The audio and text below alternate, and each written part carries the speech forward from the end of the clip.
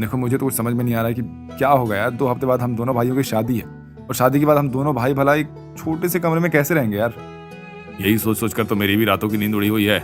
अरे बच्चों, क्यों इतनी फिक्र कर रहे हो? मेरी दोनों होने वाली बहुएं काफी समझदार है और बस सिर्फ कुछ समय की ही तो बात है। कौन सा तुम दोनों भाइयों को जिंदगी भर के लिए अपनी पत्नियों के साथ एक कमरे में रहना है। नितेश गौरव की बहन अलका की कुछ समय पहले ही उन लोगों ने शादी की थी। शादी में ज्यादा खर्चा करने की वजह से उन लोगों को अपना घर तक बेचना पड़ा था। अब वो सब एक कमरे और हॉल के छोटे से घर में रहते हैं। शादी के बाद अब दोनों भाई अपनी पत्नी के साथ एक कमरे में कैसे रहेंगे, इस बात की फिक्र उन दोनों को सताए जा रही थी। ऐसे ही समय गुजरता है और आखिरकार दोनों भाई शादी करके अपनी अपनी पत्नी के साथ अपने घर में आ जाते हैं। भाभी, मुझे तो काफी नींद आ रही है, चलिए अब हम अपने कमरे में चलते हैं। दोनों देवरानी जेठानी जैसे ही अपने कमरे की तरफ जाने लगते हैं तो वो देखते हैं कि पूरे घर में सिर्फ एक ही हॉल है और एक ही कमरा। ये क्या? इस घर में तो बस एक ही कमरा है। दोनों देवरानी जेठानी आपस में बात कर ही रही होती हैं कि तभी उन दोनों के पति वहां पर आ जाते हैं। ये सब क्या है गौरव? नितेश, यहाँ सिर्फ एक कमरा क्यों है? दूसरा कमरा कहाँ है? अपनी अपनी पत्नियों के पूछने पर दोनों भाई एक दूसरे की शक्ल देखते हैं और कमरे में रहने वाली बात आखिरकार उन्हें बता ही देते हैं। हाँ, आप दोनों का दिमाग तो खराब नहीं हो गया है?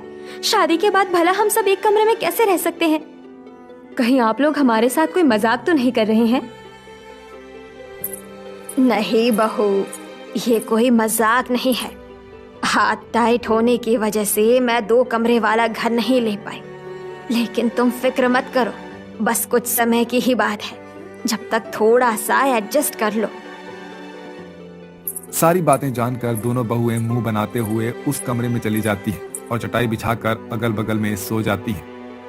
एक तो इतना छोटा सा कमरा, ऊपर से इसमें हम 4 लोग। मेरा तो दम घुट रहा है इस कमरे में। दोनों देवरानी जेठानी अपने अपने पतियों पर गुस्सा करती हैं और शादी के थकान के चलते अब आखिरकार वो दोनों सो जाती हैं।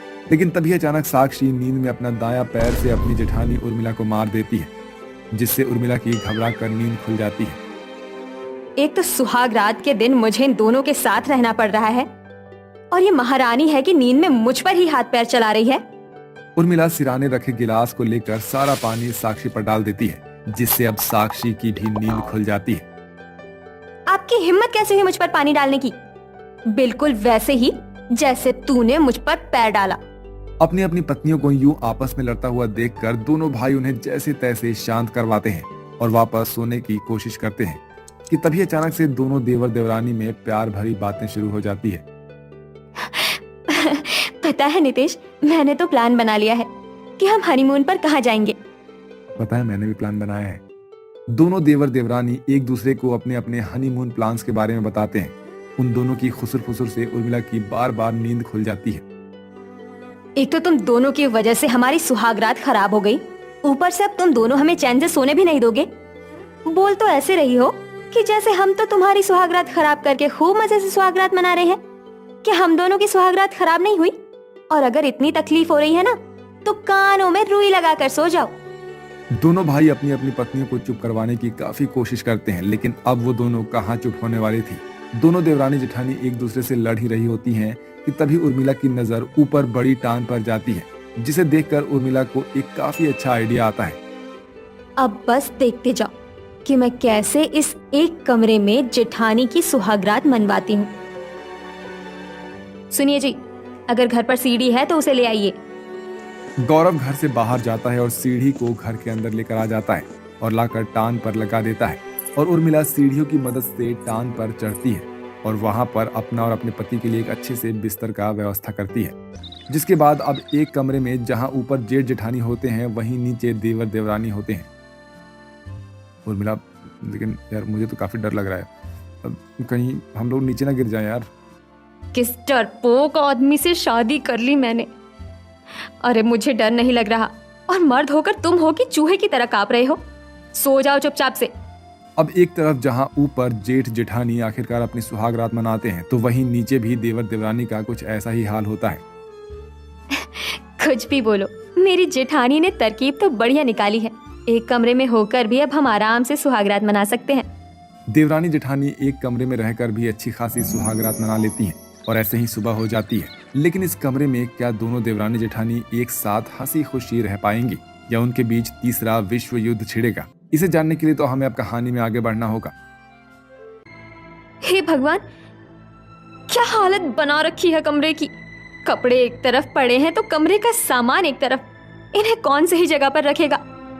मुझे तो अपना कमरा ऐसा ही रखना पसंद है। अगर तुम्हें तकलीफ हो रही है तो तुम ही साफ कर दो। अपनी जेठानी का जवाब सुनकर साक्षी को बहुत गुस्सा आता है, लेकिन वो अपना गुस्सा शांत करती है। इस एक कमरे में रहने की वजह से आए दिन छोटी मोटी बातों को लेकर दोनों देवरानी जेठानी के बीच में बहस छिड़ जाती थी। दोनों देवरानी जेठानी की छोटी छोटी बहस कभी कभी तो बड़ी बड़ी लड़ाई में तब्दील हो जाती थी।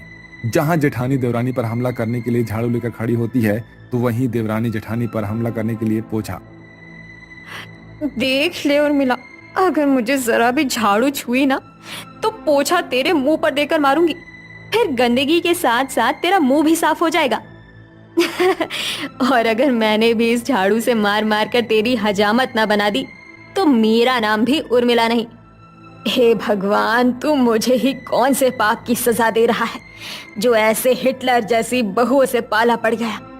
अपनी बहू को इस तरह से लड़ता हुआ देखकर माधवी को काफी ज्यादा दुख होता है और वो अपनी सास और पतियों के लाख समझाने पर भी दोनों देवरानी जेठानी अपनी लड़ने की आदत से बाज नहीं आती हैं। ऐसे ही समय गुजरता है और हर रोज की तरह जेठानी उर्मिला अपनी टान वाले बिस्तर पर सो रही होती है। लेकिन तभी अचानक उर्मिला नींद में गलत तरफ से करवट ले लेती है और सीधा जमीन पर आकर गिरती है। आह, मेरी कमर, मोरी मैया, मैं तो मर गई। ज्यादा ही शौक था ना ऊपर वाले बिस्तर पर सोने का। अब आया मजा। अपनी देवरानी को अपना मजाक उड़ाता देखकर उर्मिला को काफी ज्यादा गुस्सा आता है। ऐसे ही एक दिन अब जब साक्षी नीचे जमीन पर सो रही होती है तो उसे काफी ज्यादा मच्छर परेशान करने लगते हैं। मच्छरों ने काट काट कर तो मेरा सारा खून पी लिया। क्यों बेटा, अब आया ना मजा? अब खेलो मच्छरों के साथ डांडिया।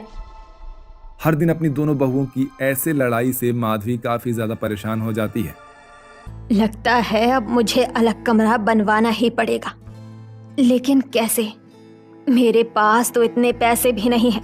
एक काम करती हूँ, मरने से पहले इन्होंने मेरे लिए आखिरी बार जो एक लौता हार बनवाया था उसे ही बेच देती हूँ। कम से कम दोनों बहुओं के बीच इस लड़ाई से तो छुटकारा मिलेगा। देवरानी जेठानी चुपके से अपनी सास की बात सुन लेती है। अपनी लड़ाई में हम तो घर वालों के बारे में सोचना ही भूल गए थे कि उन पर इसका क्या असर पड़ेगा। ठीक कह रही हो आप भाभी, सच में इतने बड़े होने के बावजूद भी हम किसी छोटे बच्चे की तरह लड़ते रहे। मुझे तो अपनी गलती पर काफी पछतावा हो रहा है। देवरानी जेठानी एक दूसरे से माफी मांगकर अपनी सास से भी अपनी गलती के लिए माफी मांगती है और आराम से एक ही कमरे में रहने लगती हैं। वहीं कुछ समय में दोनों भाई मेहनत करके अच्छे खासे पैसे जोड़ लेते हैं और अब जल्दी से अपने लिए अलग अलग कमरा बनवाते हैं और अब दोनों देवरानी जेठानी अलग अलग कमरे में हंसी खुशी रहती हैं।